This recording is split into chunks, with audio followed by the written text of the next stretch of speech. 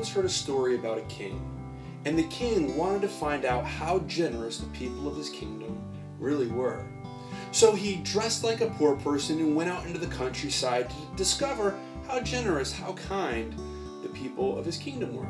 The first home he came to, he knocked on the door, and a gentleman came to the door and asked how he could help him. The king said, "May I please have some rice for myself and my family?"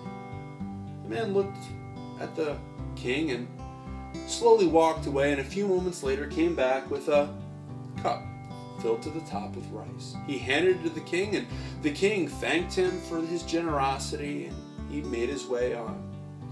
Shortly thereafter, the king came to another home. And at this home, a mother with some small children, she came to the door, and the king said, "Ma'am, would you please spare some rice for myself and for my family?" The woman looked at him and walked away, and came back a few moments later, and she had a large container filled to the top with rice, and she gave it to the king and said, "Here you go." The king thanked her for her kindness, and he went on his way. A little while later, the king came to yet another house, and he knocked on the door, and an elderly man came to the door, and the king said, "Sir, would you mind sparing some rice for myself and for my family?" The man, without hesitation, rushed into the back room and came out only a few moments later carrying a big pot full to the top of rice, and he handed it to the king, and the king thanked him for his generosity, and he went on his way.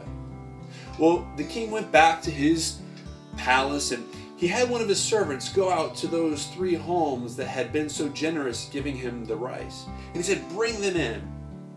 So all 3 of these people didn't know why they'd been called, because the king was in disguise when he was visiting them. And they came in, and the king instructed the servant to lead them to his royal treasury. The royal treasury was filled with gold and silver and gems. And right there waiting for them was their containers, each one sitting there. And the servant instructed them, he said, "Shortly you were visited by the king. And the king asked for some rice, and you each gave it to him. And he's very grateful for your generosity.